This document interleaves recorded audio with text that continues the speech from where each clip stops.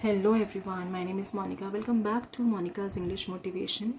So, for those who are watching me for the first time, let me just introduce myself a bit. I created Monika's English Motivation because I wanted to improve myself. This is the primary reason. Secondly, I love to share my experiences, and I really feel like if by sharing any experience of mine, someone can get that help in their journey of spoken English or any other way, it is going to give me that that satisfaction, immense pleasure.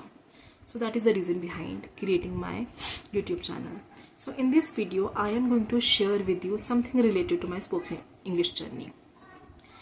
So like most of you, I came from a Hindi medium background. I could not understand English. It was only the subject English that we used to study in school. Apart from that, I had no environment of English.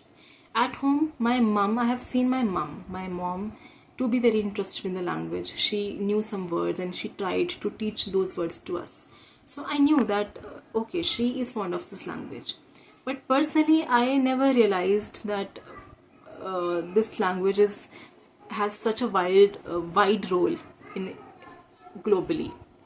But when I completed my school and when in fact I entered my college, I began realizing that actually this language has an impact, a vital impact.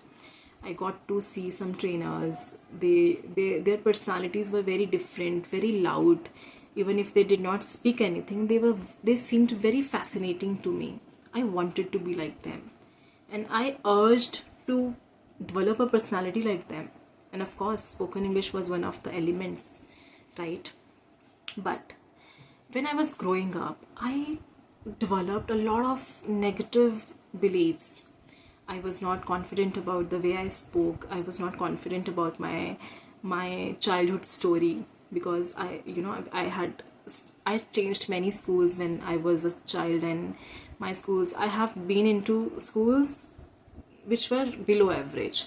I don't feel good while I say this, because whatever I am, those schools have a role to play. But again, this is the truth. Those schools were not really good in terms of quality of education and exposure. So I had grown up as a very insecure girl. Because of my insecurities, I could not challenge myself in my speaking. I never dared to speak. I started doing a lot. Like, I started taking a profuse action. Like, I was reading, writing, listening, doing everything. So whatever amount of English I know today is actually a fruit of all the hard work I did back then. I did in those years. So every word, all the words, vocabulary, the grammar concepts, the way we express, the body language we also use while speaking, everything. I learned it by observing, by watching videos. I would sit for hours, do this, persistent work. But even after that, I never felt like I can have a conversation with people. Even I would push myself into this, I would end up feeling demotivated, and eventually I would succumb to Hindi. I would give up. And inside me, there was a voice who always craved for this exposure, and I wanted to do it, but I could not. And every time I would even think of doing this, my body language would turn different. I would start feeling very nervous, and my body would start feeling behaving abnormally. So that was me. I always wanted to be a speaker, a stage speaker, a motivational speaker, but at the same time, a hell lot of insecurities were there inside my mind and body, and I had no idea how to get rid of them.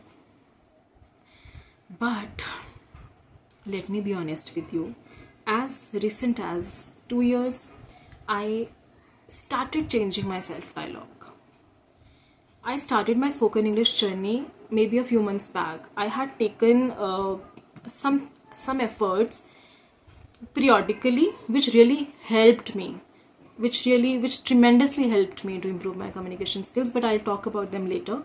But what changed my confidence was my self-dialogue with me.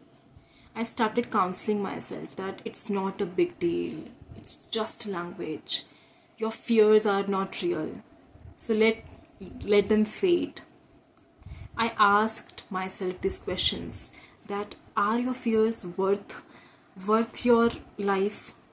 Do you want to live the same life as you are living right now? Do you want to hide yourself in this cocoon for all your life? I asked these questions, and trust me, the answer was no. And from there on, that was the phase when my story took a U-turn. It was not like instantly that I instantly changed myself, but now I was less fearful and I was courageous to take those tiny steps, right? So by taking those tiny steps and by moving myself ahead, I could make a difference in myself and in my personality. Eventually I became bolder. Eventually I took action. So it was not like I was talking in English to everyone, but I started having interactions with people and I started using English here and there. I was speaking wrong. I would sometimes feel so ashamed that I am the one who is offering a pitch to somebody. My work was such that I am giving a proposal to somebody and then I am not able to express myself nicely, convey my thoughts nicely to the person. But then I observed that people are not that rude to you. They are not really rude to you. They listen to you. They want to listen to you. They want to be kind and supportive to you. It's just you who puts you down, puts yourself down. And gradually I became better and better and better and better. But again, I had no environment where I was talking to people on a daily basis. So luckily, I got an opportunity where I was able to connect to co-learners, and it's been a month. I am talking to people every day, but I realized that people actually complimented me for my way of speaking, and I initially I was taken aback to take those compliments because I never expected that it would happen, that I would be so fluent.